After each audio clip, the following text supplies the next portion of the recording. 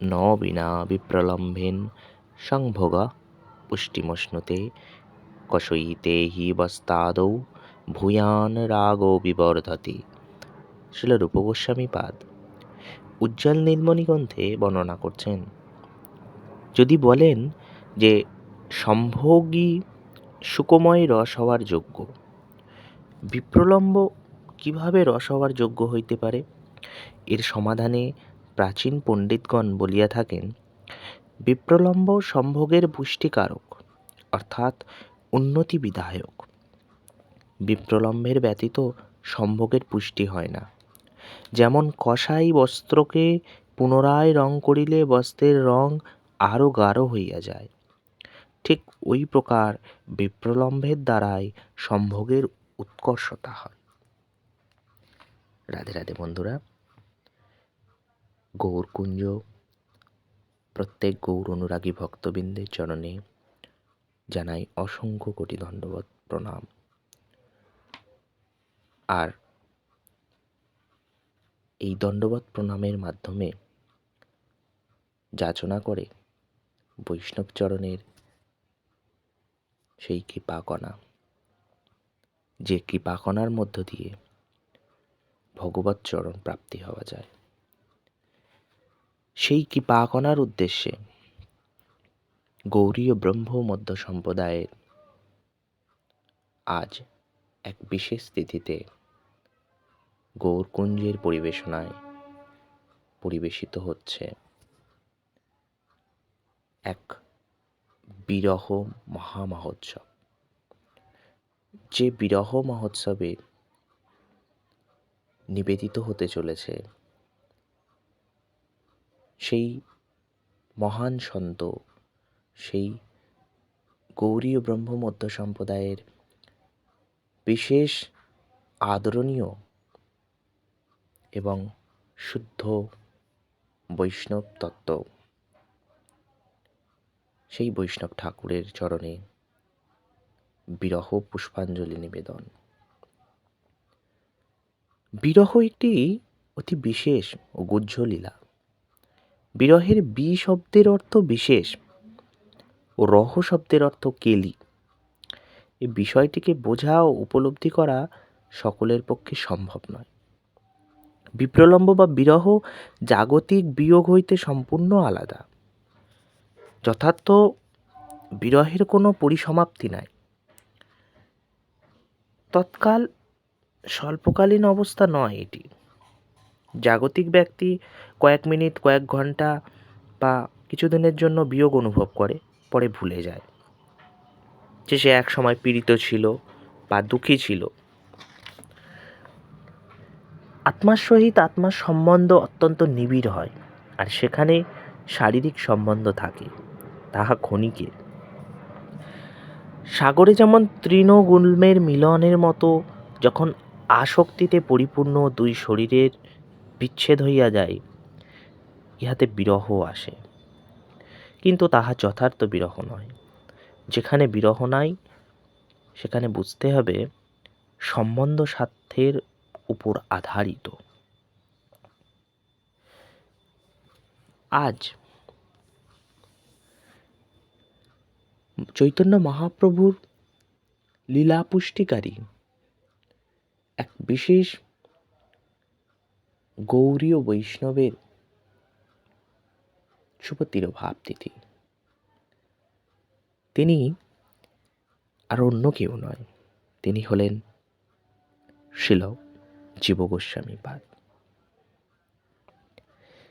যদিও শাস্ত্র বর্ণনা দেয় বৈষ্ণবের আবির্ভাব তিরোভাব ভিন্ন নহে, তার আবির্ভাবও কল্যাণকর, তার তিরোভাবও কল্যাণকর। জীবের কল্যাণ কারণের জন্যই তাদের আবির্ভাব এবং তিরোভাব। তো সেই বিশেষ তিথি তিরোভাব তিথি, সেই তিরোভাব তিথিতে আমরা শ্রবণ করব শ্রীল জীব গোস্বামী পাদের পাদানুগ্রহ। শ্রীল জীব গোস্বামী পাদ সম্পর্কে বর্ণনা করা এত ছোট বা এত সহজ কাজ নয়। তাও আমরা প্রতিটি তিথি যেভাবে সংক্ষেপে বর্ণনা করি, আজকেও সেভাবে বর্ণনা করার প্রয়াস রাখব। আশা করি এই প্রয়াসের দ্বারা, এই মাদৃশ্য অধমের দ্বারা পরিবেশিত সেই মহান সন্ত, সেই গৌরীয় বৈষ্ণব চূড়ামণি শ্রীল জীব গোস্বামী পাদের যে কৃপা, তার চরণের যে কৃপা, সেই কৃপা সবার উপর বর্ষিত হবে। তো চলুন আমরা শ্রবণ করি শ্রীল জীব গোস্বামী পাদের, শ্রীল জীব গোস্বামী পাদের গৌরীয় ব্রহ্মমধ্য সম্প্রদায় তথা বৈষ্ণব সম্প্রদায়ের শ্রীমান মহাপ্রভুর লীলা পুষ্টিকারী শ্রীল জীব গোস্বামী পাদ আনুমানিক 1513 খ্রিস্টাব্দে মালদাহ জেলার রামকেলিতে আবির্ভূত হয়েছিলেন। শ্রী বল্লভা মল্লিক, অবশ্য তিনি অনুপম নামে পরিচিত ছিলেন, তিনি ছিলেন তার পিতা। এবং শুধু এই পরিচয় নয়, রূপ গোস্বামী পাদ, ছিল সনাতন গোস্বামী পাদ এবং এই শ্রী বল্লভ মল্লিক, এরা 3 ভাই ছিলেন। তো বিশেষ করে গৌড়ীয় বৈষ্ণব সম্প্রদায় রূপ গোস্বামী পাদ এবং সনাতন গোস্বামী পাদকে যেভাবে জানেন, সেই ধারা অনুযায়ী রূপ গোস্বামী এবং সনাতন গোস্বামী ছিলেন জীব গোস্বামী পাদের কাকা। এবং সেই সূত্রেই আমরা জানি যে তিনি রূপ গোস্বামী পাদ এবং সনাতন গোস্বামী পাদের শুধুমাত্র ভ্রাতুষ্পুত্র নয়, এমনকি রূপ গোস্বামী পাদের শিষ্যও ছিলেন জীব গোস্বামী পাদ।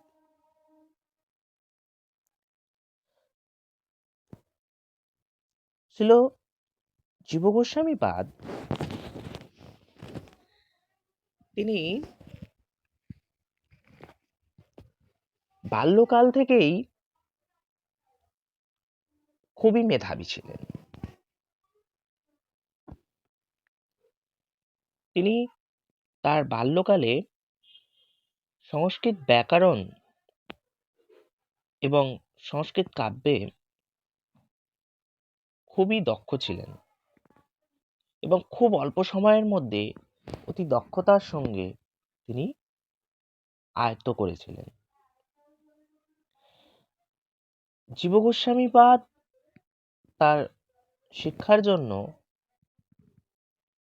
তিনি সার্বভৌম ভট্টাচার্য, যিনি দেবগুরু বৃহস্পতির অবতার ছিলেন, সেই সার্বভৌম ভট্টাচার্যের শিষ্য মধুসূদন বাচস্পতি, সেখানেও তিনি শিক্ষা অধ্যয়ন করেছিলেন। ভারতীয় যে দর্শন, সেই দর্শনের যেটি সৎ দর্শন নামে পরিচিত ছিল, তিনি সেই শিক্ষা লাভও করেছিলেন। এভাবে তার ছোটবেলা থেকেই কৃষ্ণ অনুরাগ এবং যেহেতু রূপ গোস্বামী পাদ এবং সনাতন গোস্বামী পাদ মহাপ্রভুর লীলায় অনেক আগে থেকেই নিযুক্ত ছিলেন, এমনকি রূপ গোস্বামী পাদ এবং সনাতন গোস্বামী পাদের সঙ্গে তাহার পিতা শ্রী বল্লভ মল্লিক বৃন্দাবনে এসেছিলেন এবং মহাপ্রভুর দর্শনও পেয়েছিলেন। তো সেই সূত্রে মহাপ্রভুর সঙ্গে যে সংযোগ, সে সংযোগ তো খুবই আগে থেকেই স্থাপিত। তো সেই সূত্রে তিনি একবার নবদ্বীপ ধামেও এসেছিলেন। নিত্যানন্দ রামের সঙ্গে তার পরিচয় হয়েছিল এবং তিনি নবদ্বীপ ধাম পরিক্রমা করেছিলেন, দর্শন করেছিলেন। তারপর তিনি বৃন্দাবন এসেছিলেন। 1535 খ্রিস্টাব্দে জীব গোস্বামীপাদ বৃন্দাবনে রূপ গোস্বামীপাদ এবং সনাতন গোস্বামীপাদের সঙ্গে সাক্ষাৎ করেন এবং সেখানে তিনি তার গুরু হিসেবে রূপ গোস্বামীপাদকে স্বীকার করেছিলেন এবং তারপরেই রূপ গোস্বামীপাদ এবং সনাতন গোস্বামীপাদকে তাদের লেখনীতেও সহায়তা করেছিলেন। তিনি স্থাপন করেছিলেন রাধা দামোদর মন্দির এবং তিনি যে দর্শনকে এগিয়ে নিয়ে গিয়েছিলেন তার দর্শন ছিল অচিন্ত ভেদাভেদ। সেই অচিন্ত ভেদাভেদকে তিনি যথাযথভাবে পরিপূর্ণতা দান করেছিলেন। ছিল জীব গোস্বামীপাদ 1558 খ্রিস্টাব্দ নাগাদ তার যে স্টুডেন্টস বা ছাত্র ছিল, যারা নরোত্তম দাস, শ্রীনিবাস আচার্য, শ্যামানন্দ, তাদেরকে গৌড়ীয় বৈষ্ণবের যে দর্শন, সেই ভাব সম্পর্ক, সেই ভাবের যে বিশিষ্টতা তা প্রদান করেছিলেন এবং তিনি শাস্ত্র যদি বলা যায় তো শাস্ত্রের সেই নিপুণতা তার রচনায় পাওয়া যায়। গোপাল চম্পু নামক গ্রন্থের রচয়িতা ছিলেন সেই ছিল জীব গোস্বামীপাদ। শুধু গোপাল চম্পু নয়, সৎ সন্দর্ভ বলে একটি গ্রন্থ আছে, যেটিও তিনি রচনা করেছিলেন এবং জীব গোস্বামীপাদ তার রচনার মধ্য দিয়ে চৈতন্য মহাপ্রভুর যে শিক্ষা, বেদ এবং ভাগবত পুরাণেরও যথাযথ ব্যাখ্যা দিয়েছেন। চৈতন্য মহাপ্রভুর লীলা পুষ্টির যে প্রধান কারক, তিনি সেই লীলা পুষ্টিকারী প্রধান কারকের অন্যতম। ছিল জীব গোস্বামীপাদের যে রচনা, যে কার্য, যে ক্রিয়াকলাপ বৈষ্ণব সমাজ প্রাপ্ত হয়েছিলেন, সে ক্রিয়াকলাপ সংক্ষেপে বর্ণনা করা সম্ভব নয়। আর এই বিরহ তিথিতে আমরা শ্রী জীব গোস্বামীপাদের চরণে বারংবার জানাই অসংখ্য কোটি দণ্ডবৎ প্রণতি। এই বিরহ তিথি এমনই এক তিথি, যে তিথিতে আমাদের স্মরণ পথে সর্বদা বিদ্যমান সেই গৌরীয়জন, সংসারের মধ্যে আত্মীয় রূপে বিরাজিত সেই বৈষ্ণব, সেই সন্ত, সেই মহাত্মা, তার চরণ কমলের সেই কৃপা, যে কৃপা বারংবার প্রাপ্ত, বারংবার নয়নপথ প্রাপ্ত এবং সেই কৃপাকণা, যে কৃপাকণা বারবার বৈষ্ণবদের সেই চরণ থেকে পাওয়া যায়। শিল জীব গোস্বামীপাদ গৌড়ীয় বৈষ্ণব ধর্ম প্রচারে এবং বৃন্দাবনে হারিয়ে যাওয়া পবিত্র স্থানগুলি খননে তাদের কাজে সাহায্য করেছিলেন এবং সেই জীব গোস্বামীপাদ রূপ ও সনাতনের পর গৌড়ীয় বৈষ্ণব ধারার অগ্রগণ্য কর্তৃত্বে পরিণত হয়েছিলেন। তিনি 1542 সালে বৃন্দাবন এলাকার একটি বিশিষ্ট গুরুত্বপূর্ণ মন্দির রাধা দামোদর মন্দির, রাধা ও কৃষ্ণের সেই বিগ্রহ স্থাপন করে, যা রূপ গোস্বামী ব্যক্তিগতভাবে খোদাই করেছিলেন। সেই সময় তিনি বিশ্ব বৈষ্ণব রাজসভা এবং রূপানুগ বিদ্যাপীঠও প্রতিষ্ঠা করেছিলেন। গৌড়ীয় বৈষ্ণবদের রূপ ও সনাতনের কাজ অধ্যয়নের জন্য একটি শিক্ষাগত সুবিধা। তার পাণ্ডিত্য ও আধ্যাত্মিকতা এতটাই বিখ্যাত ছিল যে মুঘল সম্রাট আকবর তার প্রবল ভক্ত হয়ে গিয়েছিলেন এবং লেখার জন্য তিনি স্বয়ং কাগজ দান করেছিলেন। গৌড়ীয় বৈষ্ণব ধর্মের অনুসরণকারীদের মতে জীব গোস্বামীকে শ্রী রাধারানীর চিরদাসী বিলাসমঞ্জরীর অবতার বলে মনে করা হয়। জীব গোস্বামী সর্বপ্রথম চৈতন্য মহাপ্রভুর দর্শন অচিন্ত ভেদাভেদের কথা লিখেছিলেন। অচিন্ত ভেদাভেদের দর্শন, একত্ব ও পার্থক্য, শঙ্করের অদ্বৈত বেদান্ত ও মাধবের বিশুদ্ধ দ্বৈতবাদের চরমতাকে এড়িয়ে যায়, পরম পুরুষের বস্তুগত ও আধ্যাত্মিক ক্ষমতাকে ব্যাখ্যা করেন তিনি।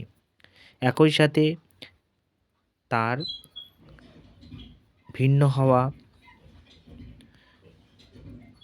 অন্তত 25টি সাহিত্যকর্ম রয়েছে তার, যেগুলি 4 প্রকারে শ্রেণীবদ্ধ করা যেতে পারে: গ্রন্থ, ভাষ্য, ব্যাকরণ ও অলঙ্কার শাস্ত্র এবং কবিতা, যার প্রতিটিতে সর্বাধিক পরিচিত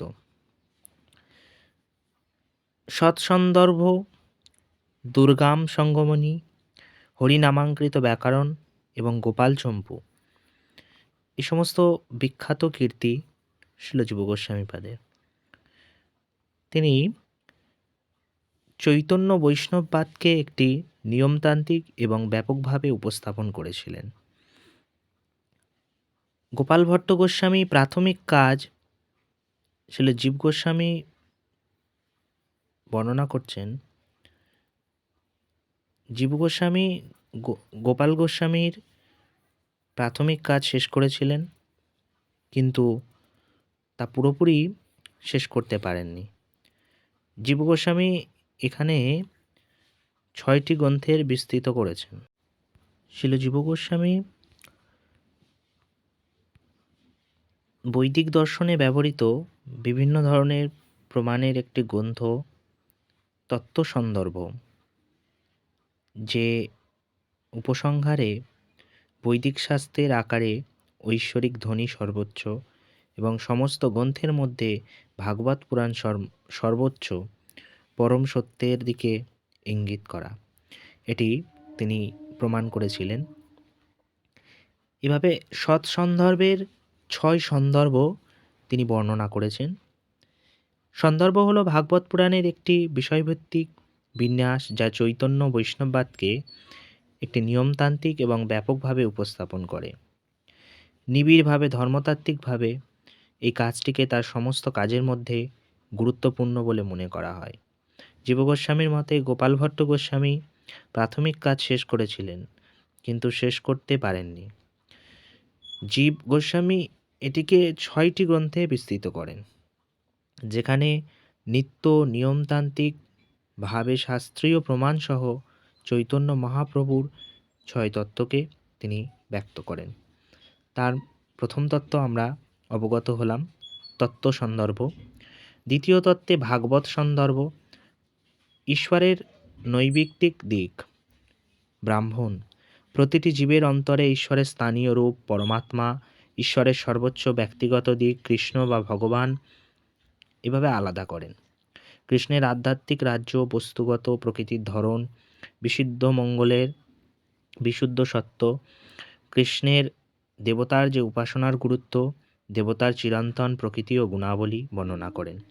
এছাড়া পরমাত্মা সন্দর্ভ, কৃষ্ণ সন্দর্ভ, ভক্তি সন্দর্ভ, প্রীতি সন্দর্ভ, এভাবে 6টি ভাগে তিনি ব্যাখ্যা করেন। এই প্রীতি সন্দর্ভের মধ্যে ঐশ্বরিক প্রেমের উপর একটি গ্রন্থ, সর্বোচ্চ বস্তু হচ্ছে কৃষ্ণ, যেখানে ঈশ্বরের প্রতি ভালোবাসা মুক্তির সর্বোচ্চ রূপ হিসাবে বিবেচিত হয়।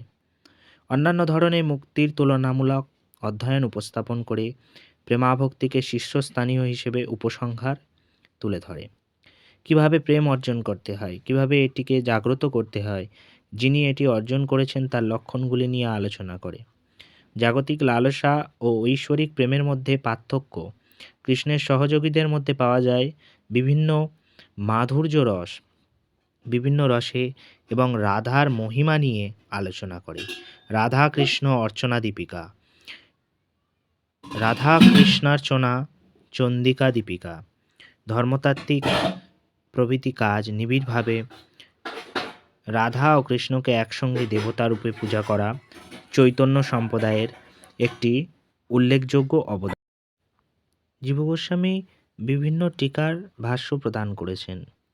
শ্রীমদ্ ভাগবত টিকা, ভাগবত পুরাণের, ব্রহ্মসংহিতার ব্রহ্মসংহিতা টিকা, দুর্গামা সাঙ্গামুনি, ভক্তি রাস মিত্রিতা শেষা, ভক্তি রাসমিত্রি সিন্ধু টিকা, লোচনা রচনী টিকা, উজ্জ্বল নীলমণি টিকা, গোপাল তপানি টিকা, গায়ত্রী ব্যাখ্যা বিবৃতি, সর্বসংবাদিনী, জীব গোস্বামীর নিজের সৎসন্দর্ভের উপর একটি বিস্তৃত শতভাষ্য, পদ্মপুরাণের যোগসার স্তোত্র টিকা, পদ্মপুরাণের কৃষ্ণ পদ্মচিহ্নন, রাধিকার করা পদস্থিতা চিহ্ন প্রভৃতি বিভিন্ন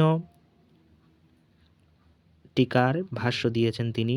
ব্যাকরণ ও অলঙ্কার শাস্ত্রে সূত্রমালিকা, ধাতু সংগ্রহ, রাসমৃতশেষ প্রভৃতি। এছাড়া কবিতার মধ্যে মাধব মহোৎসব, গোপাল বিরুদাবলী, গোপাল চম্পু প্রভৃতি তার রচনায় আমরা পেয়ে থাকি। যে মিলনের পরিণতিতে বিরহ নেই তা মিলন নয়। মিলনের পর্যবসনাই বিরহ এবং বিরহের পর্যবসনাই মিলন, একই তাৎপর্য বিশিষ্ট। আজ হের জীব গোস্বামীপাদ আপনার অনুসরণকারী,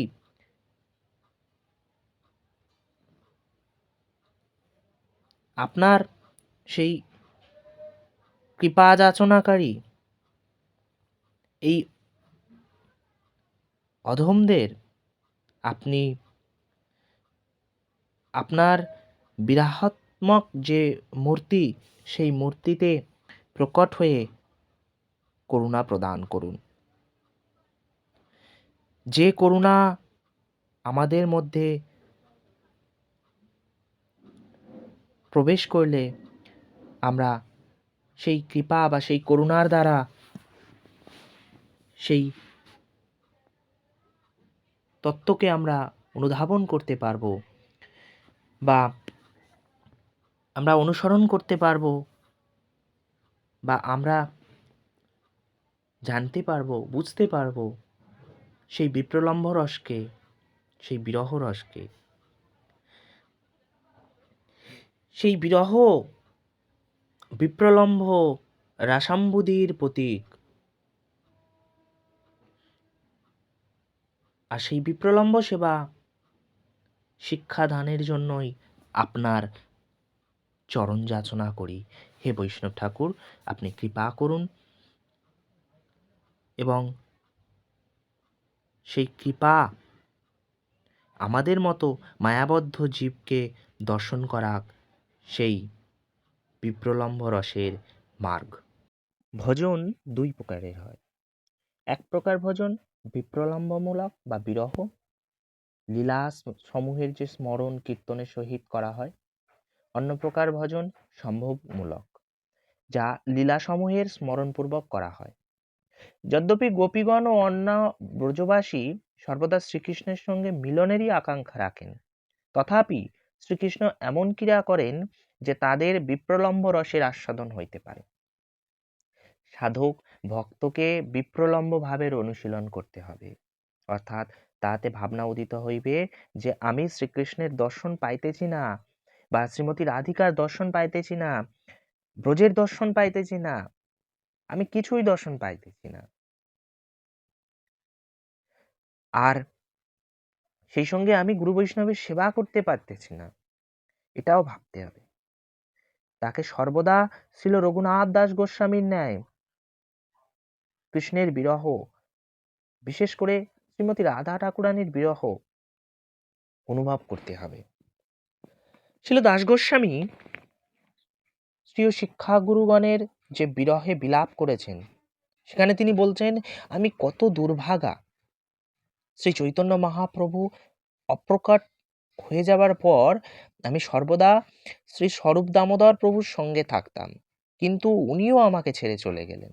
তারপর আমি শ্রী গদাধর পণ্ডিত প্রভুর শ্রী চরণাশ্রয় করলাম, উনিও অপ্রকট হয়ে গেলেন। তখন শ্রী জগন্নাথ পুরীর প্রত্যেক স্থান আমাকে চৈতন্য মহাপ্রভু, স্বরূপ দামোদর, শ্রী গদাধর পণ্ডিত এবং তার পরিকরগণ যারা ছিলেন, সেই পরিকরগণের স্মরণ করাইতে লাগিল। তারপর আমি শ্রী জগন্নাথ পুরী ছাড়িয়া বৃন্দাবনে চলিয়া গেলাম। ব্রজে শ্রী রূপ সনাতন প্রভুর আনুগত্যে শ্রীল রঘুনাথ দাস গোস্বামী শ্রী রাধাকুণ্ড তটে ভজন করতেন।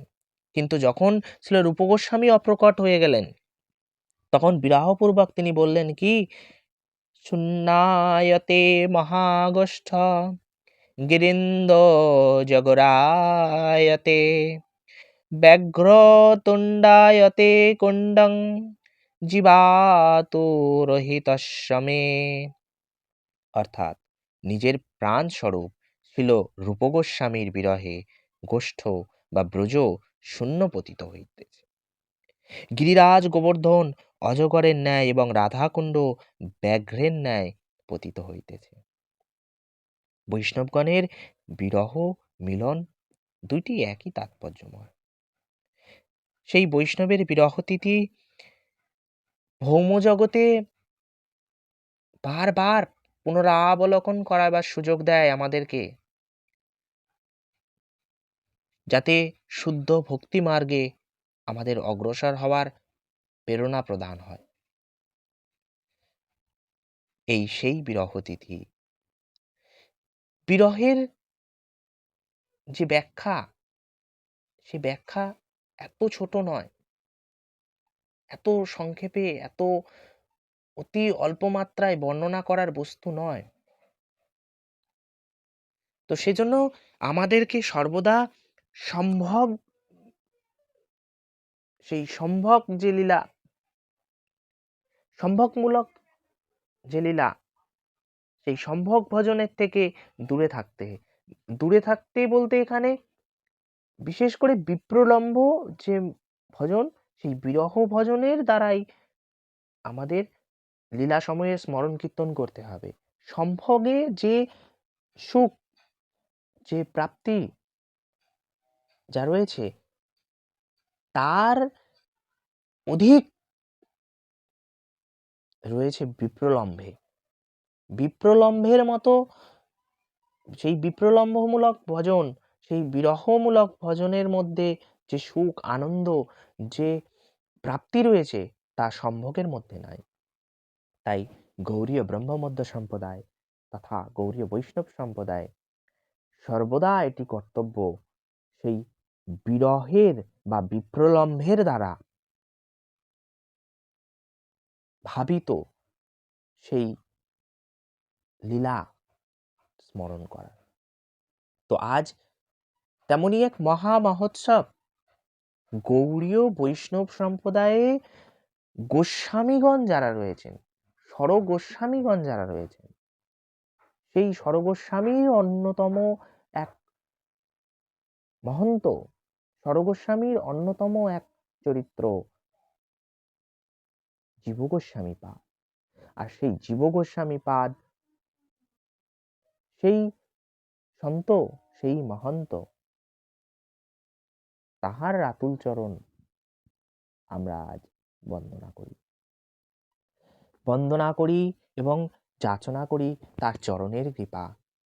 ওহে বৈষ্ণব ঠাকুর, আপনার সেই চরণের কৃপা আমরা বন্দনা করি, বারবার স্মরণ করি আপনার সেই পাদানুঙ্গ, যার মধ্য দিয়ে আমাদের উপর বর্ষিত হোক সেই কৃপাকণা, যার মধ্য দিয়ে আমরা ভগবান শ্রীকৃষ্ণচন্দ্রের, শ্রীমতী রাধা ঠাকুরানীর, শ্রীমান গৌরাঙ্গ মহাপ্রভুর লীলার যে স্মরণ,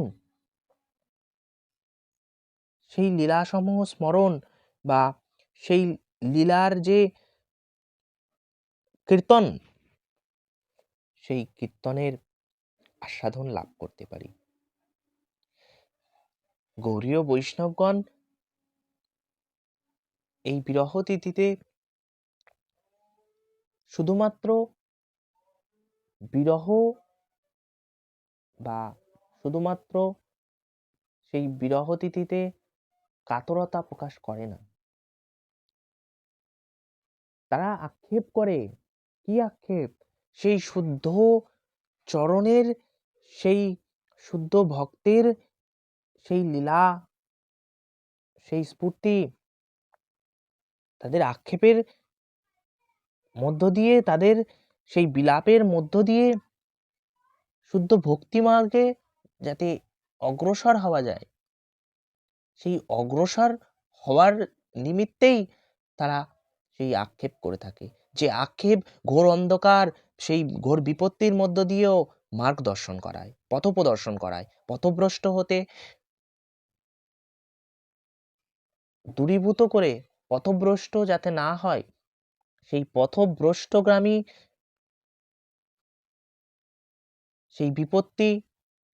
সেই বিপত্তিকে দূরীভূত করে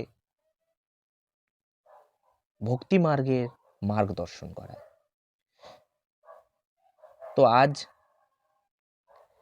সেই বিরহ তিথি বারংবার আমরা আক্ষেপ করি, বারংবার আমরা যাচনা করি, স্মরণ করি সেই লীলা। সেই লীলার মধ্য দিয়ে আমরা স্মরণ করি সেই গোস্বামীগণের চরণ কমল, আর আমরা যাচনা করি চরণের কৃপা। আমরা স্মরণ করি সেই লীলাকে, যে লীলার মাধ্যমে তিনি মহাপ্রভুর লীলার পুষ্টি সাধন করেছিলেন। নয়নং গলদশ্রু ধারয়া বদনং গদগদরুদ্ধয়া গিরা পুলকৈর্নিচেতং বপু কদা তব নাম গ্রহণে ভবিষ্যতি। শিক্ষাষ্টকে বর্ণনা করা হচ্ছে, হে প্রভু, আপনার নাম গ্রহণ করার সময় কবে আমার নয়নে অশ্রুধারা প্রবাহিত হবে, বাণী রুদ্ধ হবে, পারিব শরীরের রোমাঞ্চিত উদিত হইবে। হরে কৃষ্ণ, রাধা গোবিন্দ বা বৃন্দাবনেশ্বরী এই নামসমূহ উচ্চারণ করিতে করিতে কবে আমি বিলাপ করতে পারব। ক্রন্দনই আমাদের ধর্ম। শিল দাস গোস্বামী আদি বিরহী ভক্তগণের, শিল গুরুদেবের, শিল গুরু পরম্পরার কৃপাতে এতদিন আমরা এ সমস্ত ভাবের অনুভব করতে পারিনি। যে ভাব অনুভব করতে পারিনি, তা এদের কৃপায় অনুভব করব।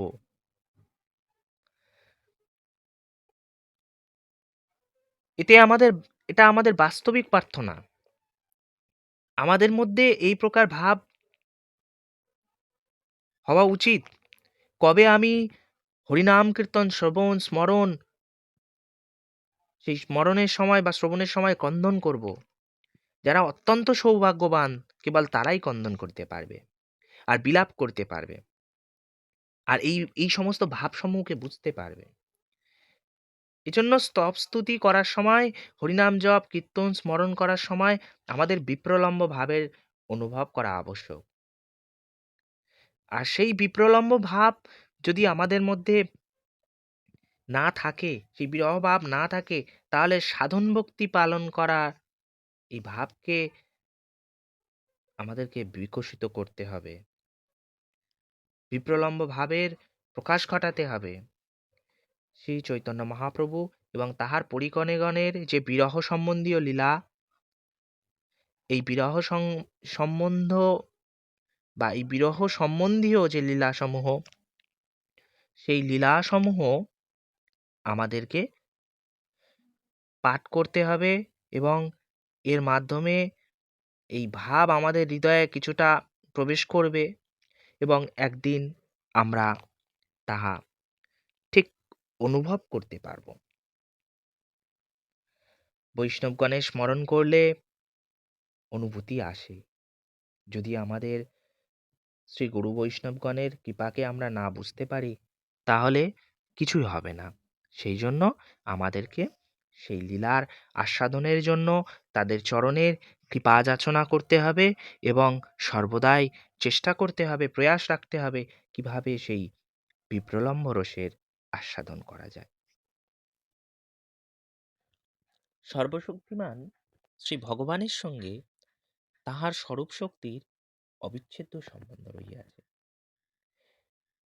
যে সম্বন্ধ শক্তি শক্তি মতোর ভেদ, সেখানে বিচ্ছেদ নামক কোনো ক্রিয়ার স্থান নেই। শ্রী ভগবানের অঘটন ঘটন পটীয়সী লীলা শক্তি একটি অপূর্ব রসবৈচিত্র্য উৎপন্ন করার জন্য সেই নিত্য মিলনের মধ্যেও বিচ্ছেদ বা বিরহ নামক একটি ক্রিয়া সংগঠিত করে থাকে। এই ক্রিয়া প্রেমের একটি অপূর্ব অবস্থা। প্রেমকল্পতরুর প্রথম অঙ্কুর ছিল মাধবেন্দ্র পুরীপাদ নিজের সিদ্ধ অবস্থাতে মাথুর বিরহিণী শ্রী রাধার যে বিলাপসূচক উক্তি, সেই বিলাপসূচক উক্তি সম্বন্ধে বলছেন কি, ওই দীন দয়ার্দনাথ, হে মথুরানাথ, কদাব লোক্যসে হৃদয়ং তদলোক কাতরং দয়িত ভ্রামতি কিং করমহম। এই অপূর্ব শ্লোক রচনা করে শৃঙ্গার রসময়ী ভক্তির বীজ বপন করিয়াছিলেন। শ্রীকৃষ্ণের মথুরা যাইবার পথ, তাহার বিরহে শ্রীমতী রাধিকার মধ্যে যে মহাপ্রেম মহাভাবের যে উচ্ছ্বাস উদয় হয়েছিল, সেই উদিত মহাভাব বা সেই উচ্ছ্বাস, সেই ভাবের অনুগত হয়ে যে ভজন হয়, সেই ভজনই সর্বোত্তম। সাধক জীবনের জন্য কৃষ্ণ বিচ্ছেদগত ভাবই স্বাভাবিক ভজন। সেই ভাবের অনুগত, সেই ভাবের দ্বারা অনুগত হয়ে যে শৃঙ্গার রসের অধিকারী ভক্ত নিজেদেরকে অত্যন্ত দীনহীন মনে করে দীন দয়ার্দনাথ শ্রীকৃষ্ণকে অত্যন্ত কাতরভাবে ডাকতে থাকেন। শ্রীমতী রাধিকা, শ্রী রাধা ভাব দূতী সুবলিত শ্রী মহাপ্রভু এবং শিল মাধবেন্দ্র পুরীপাদ, কেবল সেই তিনজনই এই শ্লোকের রসাস্বাদন করিয়াছিলেন। মাথুর বিরহিণী শ্রী রাধার উক্তিকেই শ্রী রাধা নিত্যজন শ্রীল মাধবেন্দ্র পুরীপাদ ওই দীন দয়াদ্য শ্লোকে নিবদ্ধ করিয়া প্রকাশ করিয়াছেন।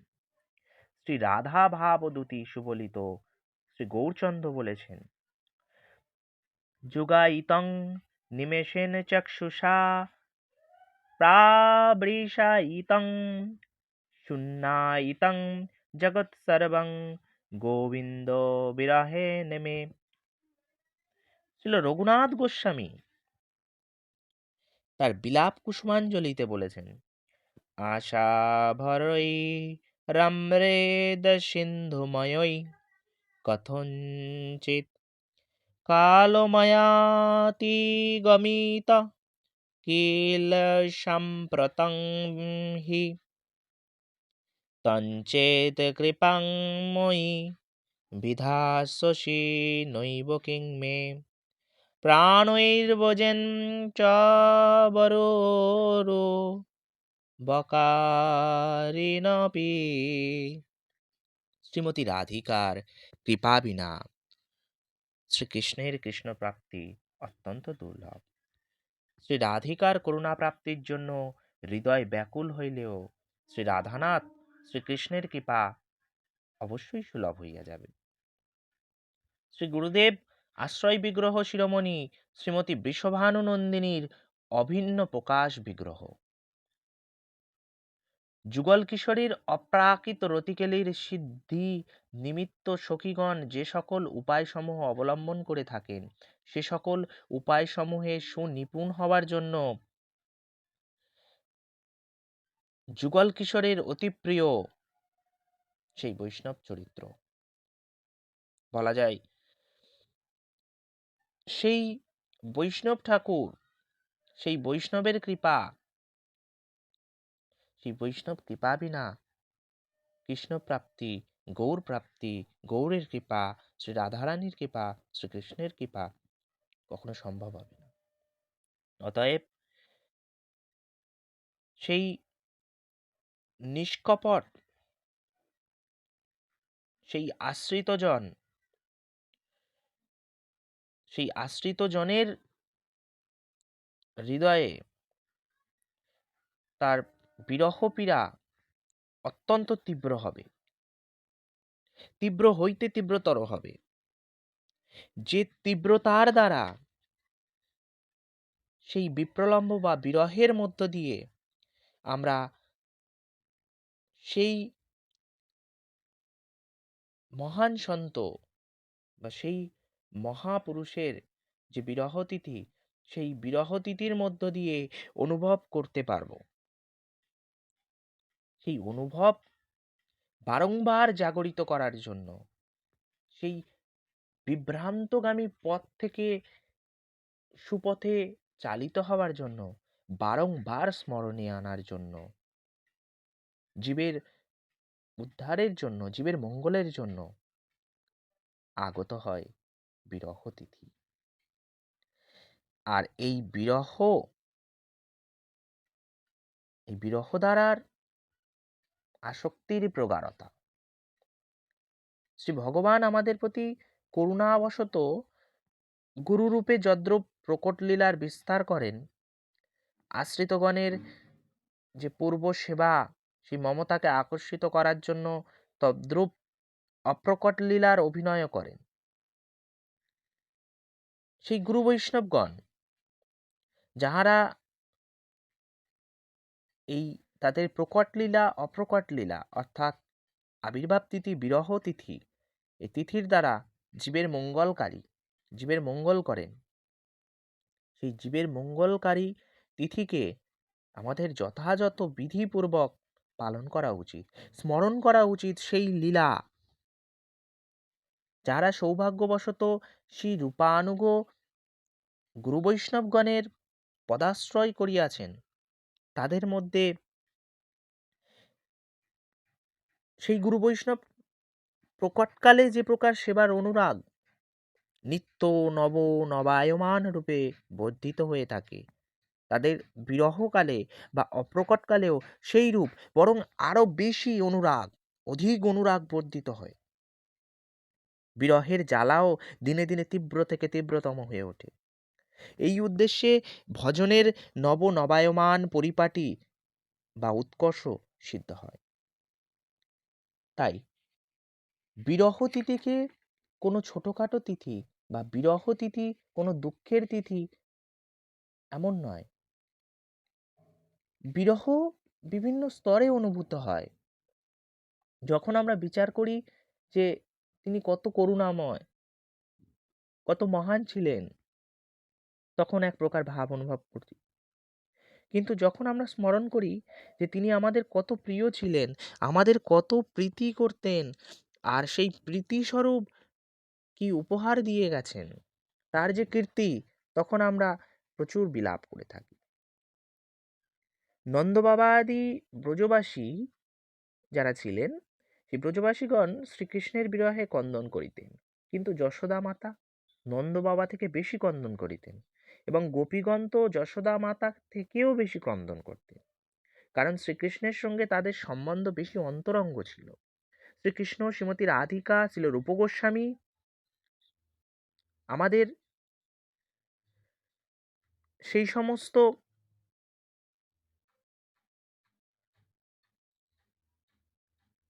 যে পরিকরগণ বা যে শুদ্ধ বৈষ্ণবগণ বা গুরু বৈষ্ণবের যে অন্তরঙ্গগণ, তাদের সঙ্গে সেই রূপ সম্বন্ধ হওয়া চাই। তবে আমাদের উচিত তাদের কৃপার জন্য কন্দন করব।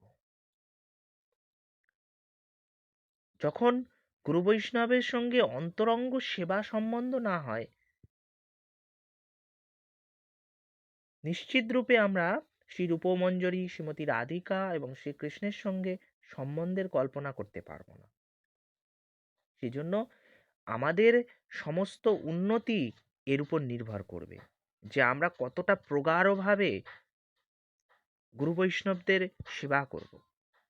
আমাদের যেটুকু ভক্তি আছে তা সেই গুরু বৈষ্ণবগণের থেকেই প্রাপ্ত হয়েছে। সেজন্য হৃদয় থেকে তাদের জন্য কন্দন করতে হবে এবং সমস্ত সম্বন্ধ, অনুভূতি এই আধারের উপরেই বিকশিত হবে। বৈষ্ণবগণের সেই পাদানুঙ্ক স্মরণ করতে হবে। আমরা সেই বৈষ্ণবগণের জন্য যেন কন্দন করতে পারি, তাহলে শ্রীমতী রাধিকার জন্যও আমরা কন্দন করিতে পারিব। কেন? বৈষ্ণবের আবেদনে কৃষ্ণ দয়াময় ইহেন পামরপতি হইবেন সদায়। বৈষ্ণবের কৃপাকণা ছাড়া সেই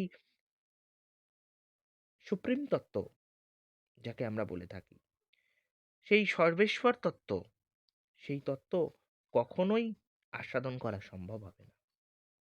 যদি আমরা নিজেরা গুরু বৈষ্ণবগণের জন্য কন্দন করতে না পারি, তাহলে কখনোই সেই আসল তত্ত্ব, কখনোই সেই সর্বশ্রেষ্ঠ তত্ত্ব, সর্বজ্ঞ এবং সর্বোপরি তত্ত্বের জন্য আমরা কখনোই কন্দন করতে পারবো না। যতটুকু ভক্তি আছে, যতটুকু আমাদের গুরু বৈষ্ণবের থেকে প্রাপ্ত হয়েছে, সেজন্য হৃদয় থেকে তাদের জন্য কন্দন করিতে হবে। সেই বৈষ্ণবগণের বিরহ তিথি অনুগ্রহপূর্বক ভৌমজগতের বৎসরে একবার উপস্থিত হয়, আর সেই বিরহ তিথি উপস্থিত হয়ে নিজের সেবার পুনরাবলোকন করাবার সুযোগ প্রদান করে থাকে এবং ছিল গুরু বৈষ্ণবগণের প্রদর্শিত ও আচরিত শুদ্ধ ভক্তিমার্গে অগ্রসর হবার প্রেরণা প্রদান করে থাকে। এই বিরহ মহোৎসব আমাদের জীবনের প্রকাশস্তম্ভ, যাহাতে ঘোর অন্ধকার ও বিপত্তির মধ্যেও আমাদের মার্গ দর্শন করায়, পথভ্রষ্ট হতে দেয় না। তো সেই জন্য আমাদেরকে সর্বদা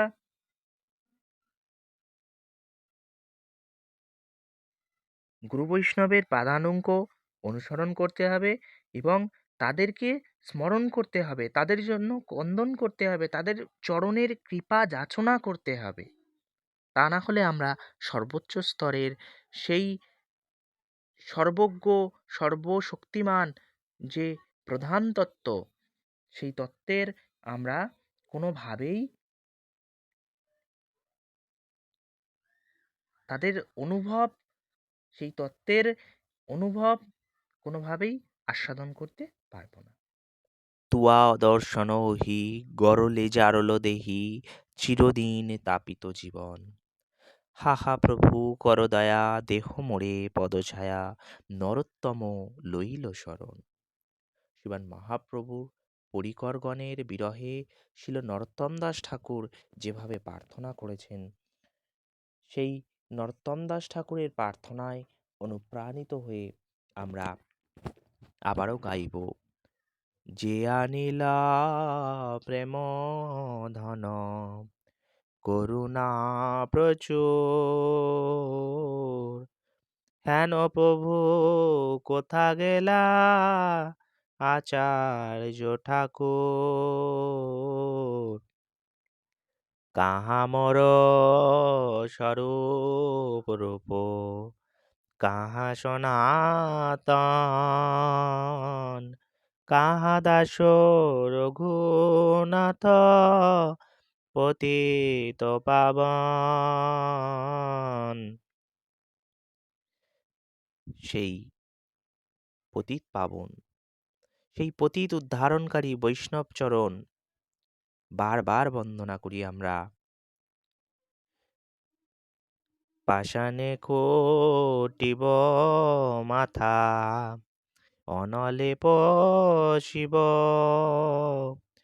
গৌরাঙ্গ গুণের নিধি, কোথা গেলে পাব। সেই গৌরাঙ্গ মহাপ্রভুর গুণের নিধি, গৌরাঙ্গ মহাপ্রভুর সেই লীলার আস্বাদন কাদের মাধ্যমে আস্বাদিত হবে, কাদের দ্বারা সেই কৃপা, সেই লীলার আস্বাদন এই সমস্ত প্রাপ্ত হওয়া যাবে। সেই সব সঙ্গী, গৌরাঙ্গ মহাপ্রভুর সেই সব পার্ষদ, সেসব সঙ্গীর সঙ্গে যে কইলা বিলাস, সে সঙ্গ না পাইয়া কাঁদে নরোত্তম দাস। ছিল নরোত্তম দাস ঠাকুর মতো আমাদেরও সেই সঙ্গ না পাওয়ার যে বেদনা, সেই সঙ্গ না পাওয়ার যে কাতরতা, তার বহিঃপ্রকাশ করতে হবে। সেই রাতুল চরণের জন্য কন্দন করতে হবে, সেই চরণের কৃপা যাচনা করতে হবে, যার মধ্য দিয়ে সেই মহাপ্রভুর পরিকরগণ, মহাপ্রভুর প্রিয়, অতি প্রিয় লীলা পুষ্টিকারী সেই সাধকগণের চরণের যে কৃপা, সেই কৃপা প্রাপ্ত হওয়া যাবে। আর সেই কৃপার দ্বারা ভগবত ভক্তি লাভ হবে। আজ সেই তিথিতে, সেই শুভ বিরহ তিথিতে আমরা নিবেদন করি শ্রীল জীব গোস্বামী পাদের রাতুল চরণকমলে আমাদের অসংখ্য কোটি সাষ্টাঙ্গ দণ্ডবৎ প্রণতি, এবং আবারও যাচনা করি, বারংবার যাচনা করি তাহার চরণের কৃপা, যে কৃপার দ্বারা মহাপ্রভুর কৃপা, শ্রীল গৌরাঙ্গ সুন্দরের কৃপা, সেই বিষ্ণুপ্রিয়া প্রাণধন শ্রী গৌরহরির চরণের কৃপা বাহিত হয়ে আমাদের জীবনকে ধন্যাতিধন্য করবে। রাধে রাধে বন্ধুরা, সবাই সুস্থ থাকবেন, ভালো থাকবেন, এবং এইভাবে গুরু বৈষ্ণবের চরণ বন্দনা করে, গুরু বৈষ্ণবের চরণের কৃপা যাচনা করে, কৃপা ভিক্ষা করে, সেই কৃপার দ্বারা ভগবত সেবনমুখী হয়ে উঠবে। সবাই খুব আনন্দ এবং প্রীতির মধ্য দিয়ে ভগবত সেবায় নিযুক্ত থাকুন। বলো শিল জীব গোস্বামী পাদ কি জয়, জয় জয় শিল জীব গোস্বামী পাদ কি জয়, জয় জয় শিল জীব গোস্বামী পাদ কি জয়, জয় জয় শিল জীব গোস্বামী পাদের শুভ বিরহ মহামহোৎসব কি জয়। নিতাই গৌর প্রেমানন্দে, হরি হরি বল।